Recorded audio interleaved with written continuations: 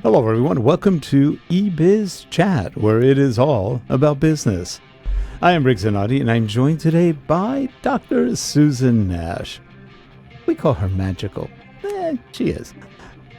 In studio, we've got Harold Muliati. He is our video producer. He's also helping co-host today. We've got lots of topics today. We're going to talk a little bit about Australia and their move into complete suicide as a nation. South Africa. Talk about imploding. We've got some issues going on there economically. They're just destroying themselves. So we've got two countries right there that are destroying themselves.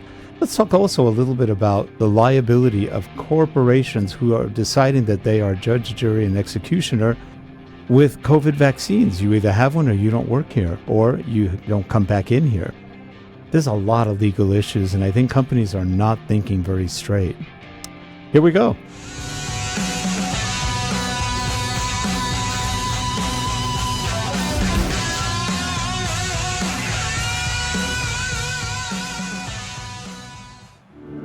This show is sponsored by Relate Corporation.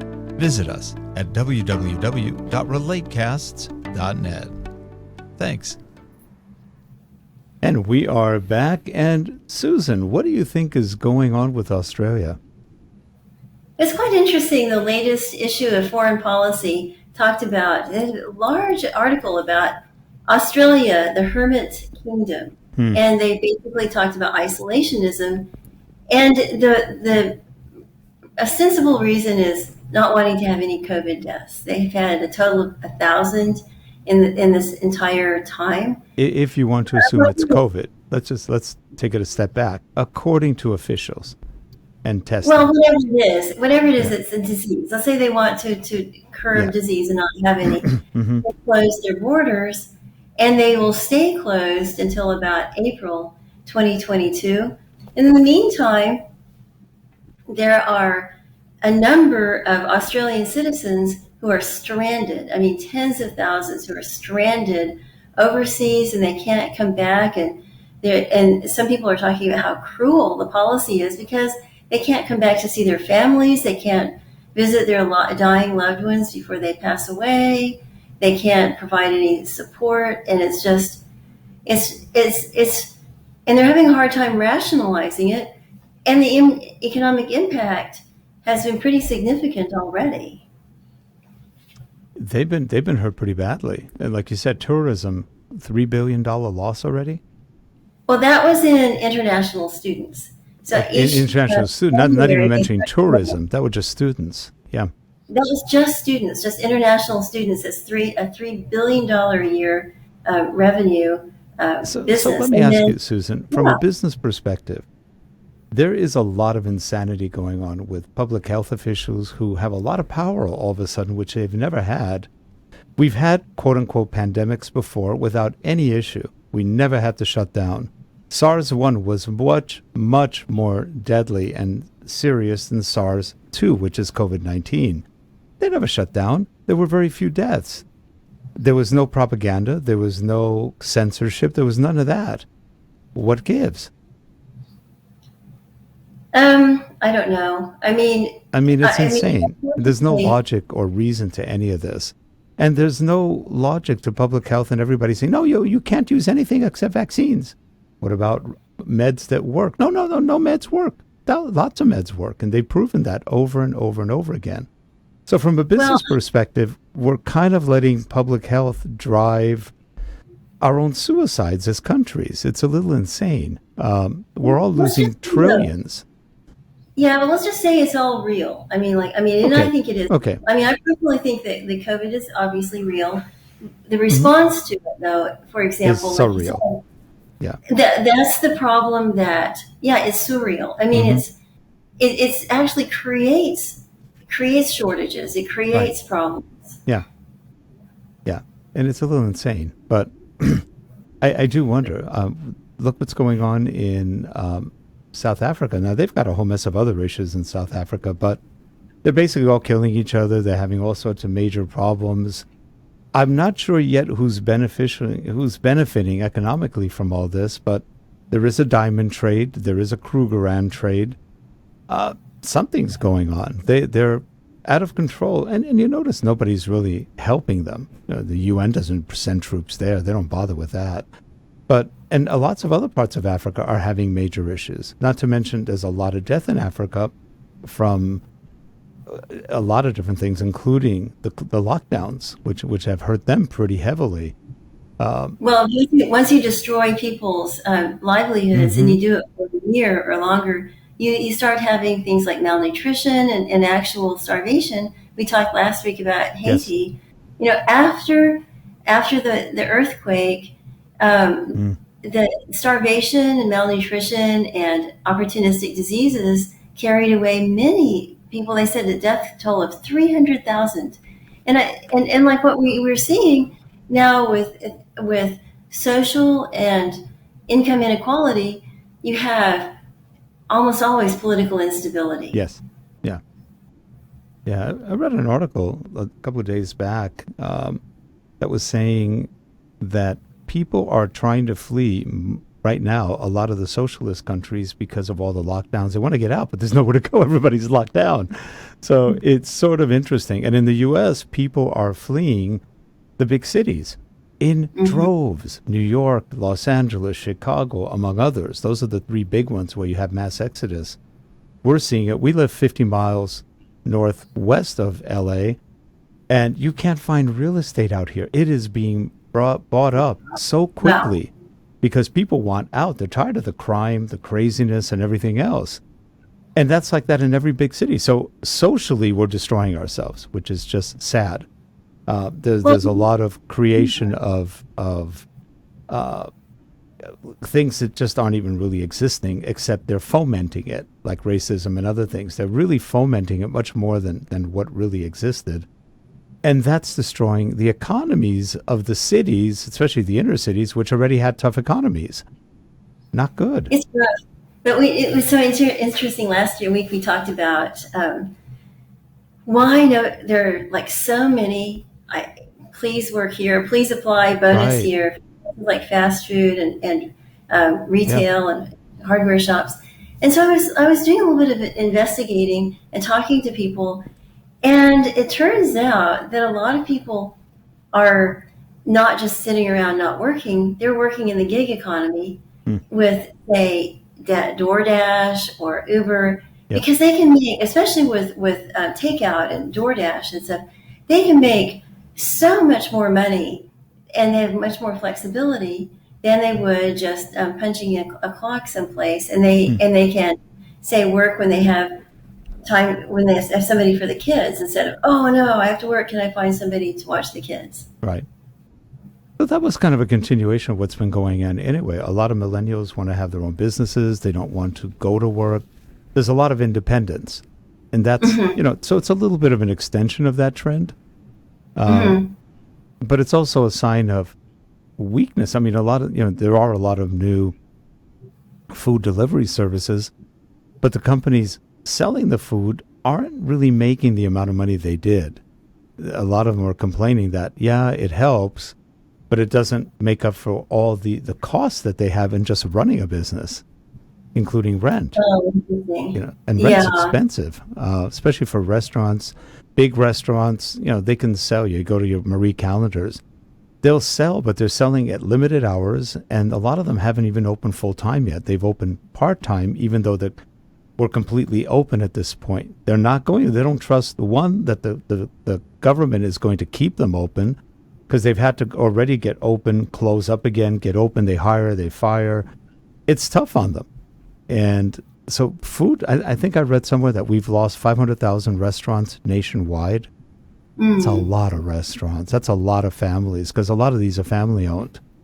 It's and a lot of middle class. Wow. And what's the purpose of that? What do you really gain? Do you really gain something? I'm going to be cynical. We create this financial disaster, but hey, we'll give you $2,000 or $4,000 to make you feel good. Yeah, but people lost 50, 90, 100,000. And you get 4,000 from the government to say, good job. You just wonder. Well, you can order from a ghost kitchen and get alcohol delivered. That'll make you feel better. Interesting. That's a sad one. Alcohol has done very well in this economy. 700% increase in alcohol. And by the way, that coincides with about an equal increase in domestic violence. Yeah. It's been really bad. I mean, social workers are just, they're maxed out. There's so Yeah. much violence. There's so much kid beatings. There's a lot of problems. People in the lockdown, suicide is higher. We've had more suicides in the amount of people who died from supposedly COVID or flus or whatever it was. That's horrible. And there's no end in sight at this point. It's still happening. So there's a lot of problems. I'm so glad politicians and public health officials think what they're doing is good, but what they're basically doing is destroying society. If that's their goal, good job. Did a great job, guys. What can you Well, say? it's interesting. Yeah, about the whole ghost kitchen. Mm-hmm.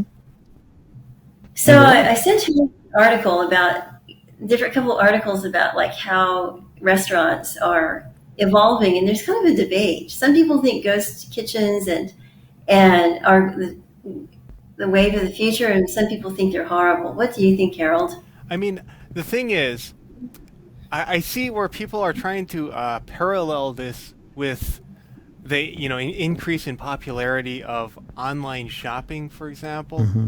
and things like Amazon replacing a lot of brick and mortar stores. I don't think it's quite the same because people, while yes, you could say from a basic point of view, when you go to a restaurant, the objective is to get food into your mouth and eat it.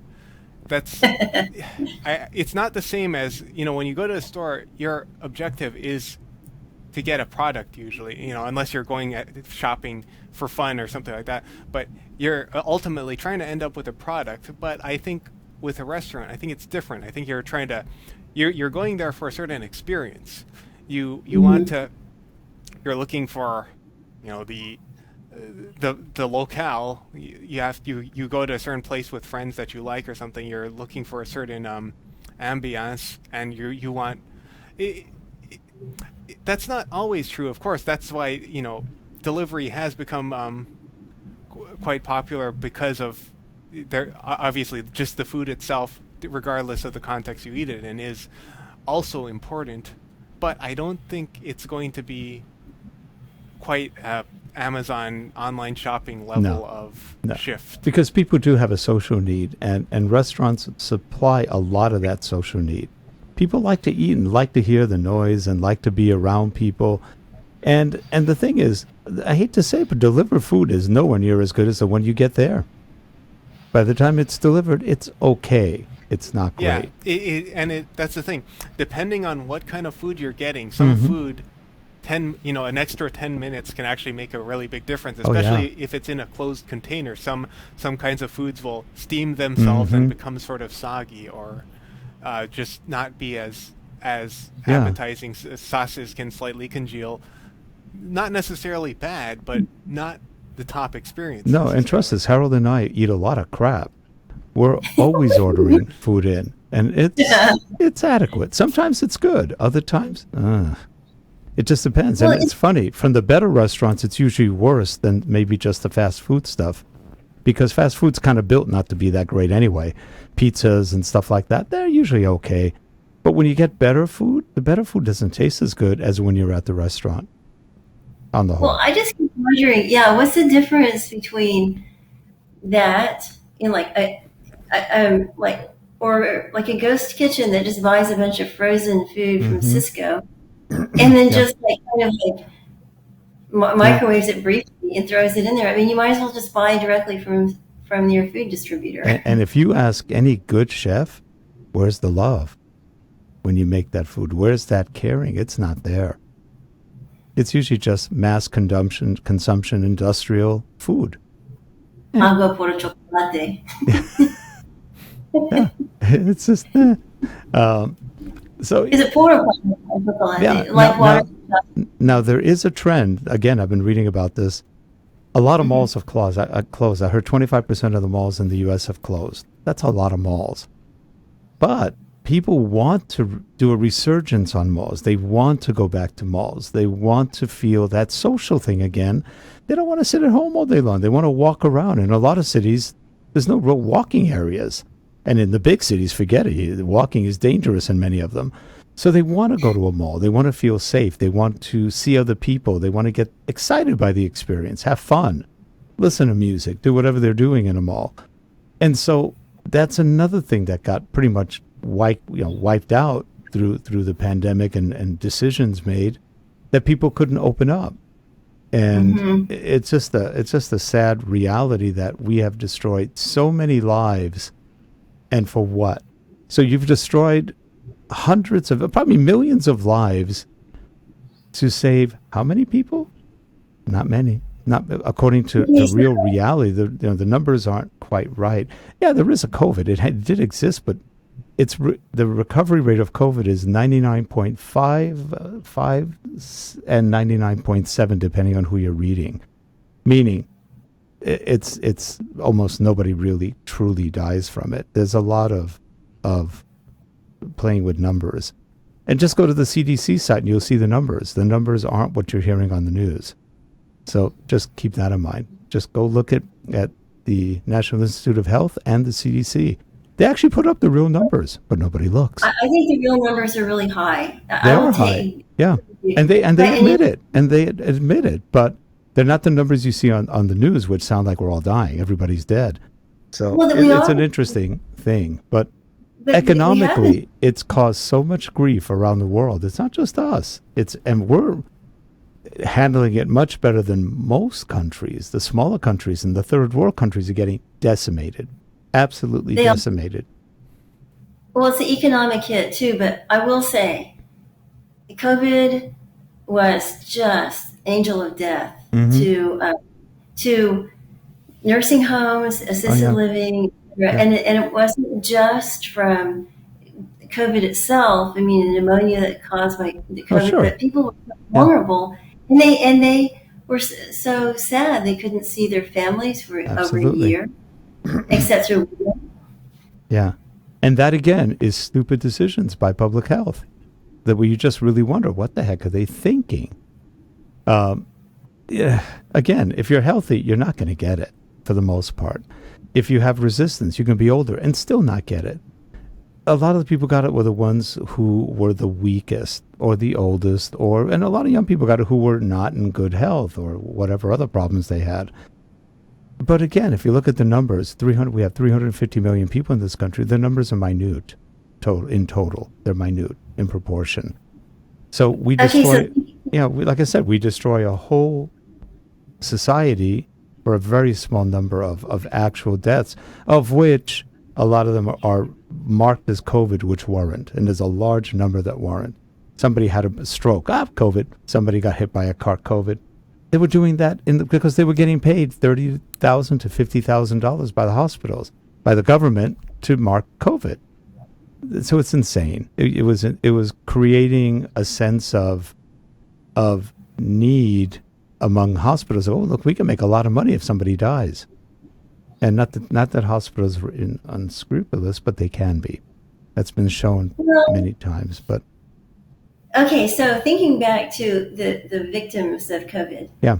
And speaking of restaurants and malls. Okay, so malls are kind of in trouble anyway. But I'm speaking of restaurant victims, mall restaurants. Okay, Harold, does Orange Julius still exist? I don't know. There weren't many of them. I'm trying to remember the last time I've seen one. Honestly, I just normally don't go out that much anyways, and it usually is at malls. So I haven't actually been to a mall for quite a while. So I'm not sure if Orange Julius is still around. How about Sbarro? Do you remember what Sbarro? I know Sbarro is gone. And I don't know if they're still open. I know in some of the malls they closed. Yeah, I think they're gone. Are they gone? Yeah, that was their main thing. They did tend to be mainly a mall food place. Yeah, they had the big cookies. I used to get my son. This is a long time ago, obviously. When he was we'd go in the stroller and we'd walk from my house. We'd go to the mall and we go tour and oh, look at this big cookie. What is on that? You know who else got hit really hard? gyms.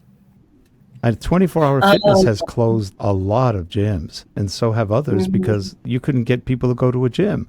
Which, by the way, if they had gone to a gym, they would have gotten healthier. But that's another issue. Common sense. Well, okay, but here in Oklahoma, the gyms never really, they closed maybe for 30 days, but then they came back No, here together. they're gone. A lot of them just went away. Wow. Yeah. And this California, people like gyms. Gone. There's some left, but not as many as there were, and these are big gyms. So, yeah, it's affected a lot of different things economically. Harold, what trends do you see happening in the future with openings of places? Retail. Well, I think.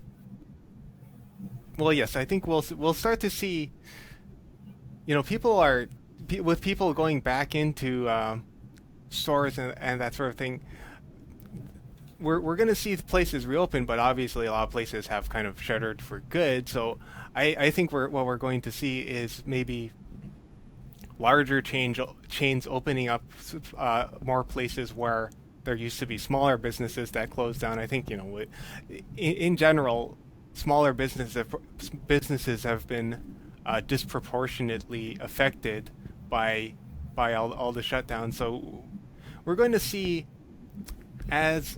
I think we're going to see essentially more and more consolidation of large businesses, which just has been the general trend across the last century or whatever. But I think that's just going to be exaggerated by the fact that smaller businesses in various niches have closed down. So we're just going to see bigger businesses that weren't necessarily taking up those whole niches just stepping in even more. Yeah.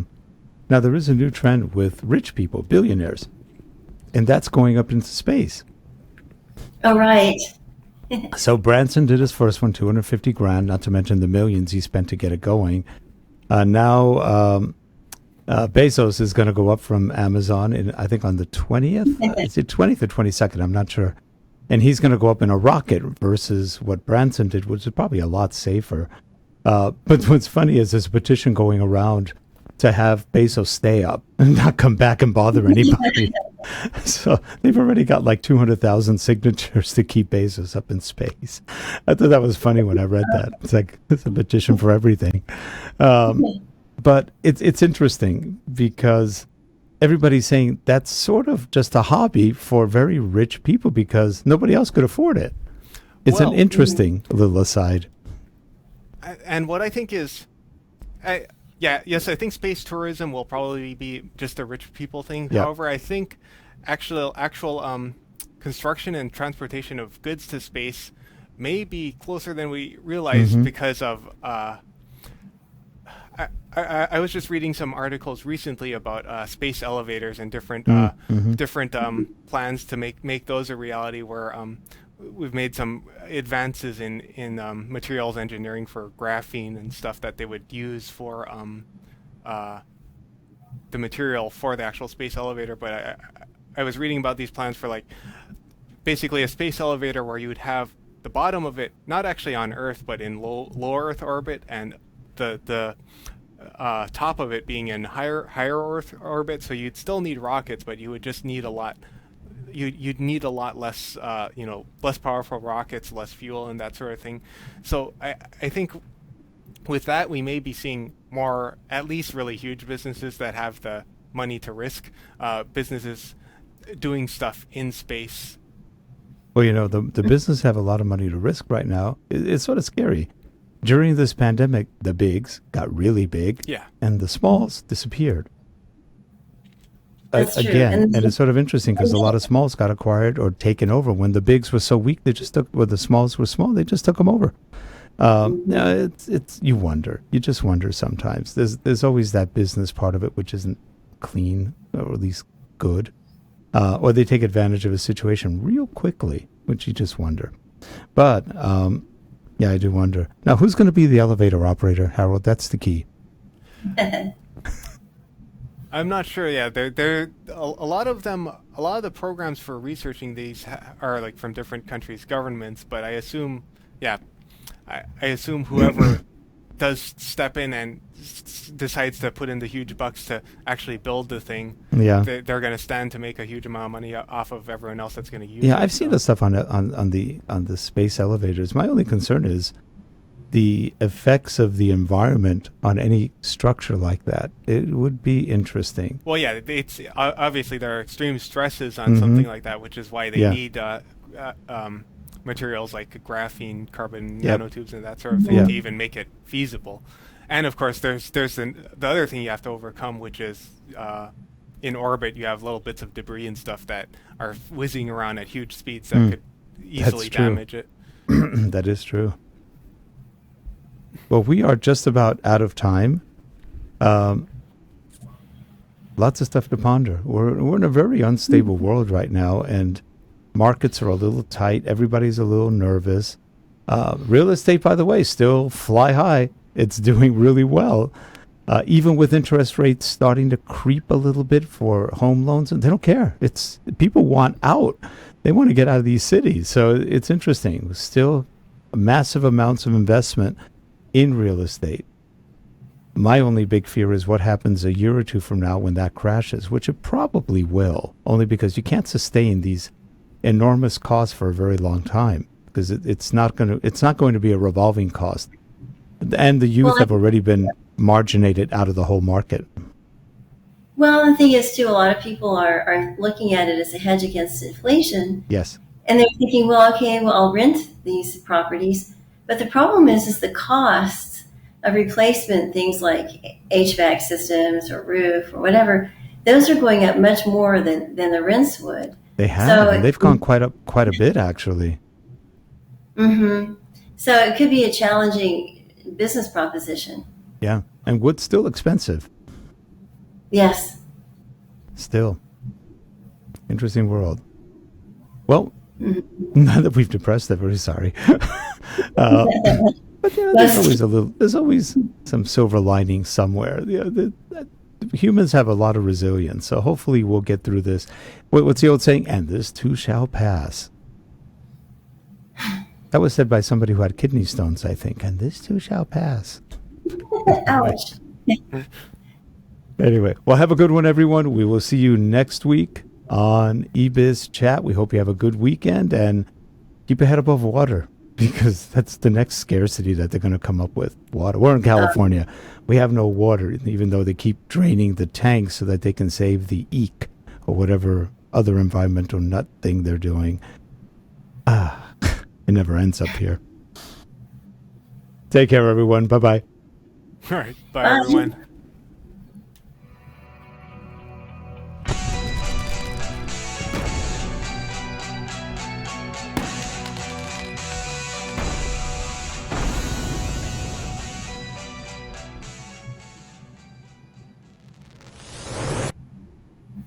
And we are done.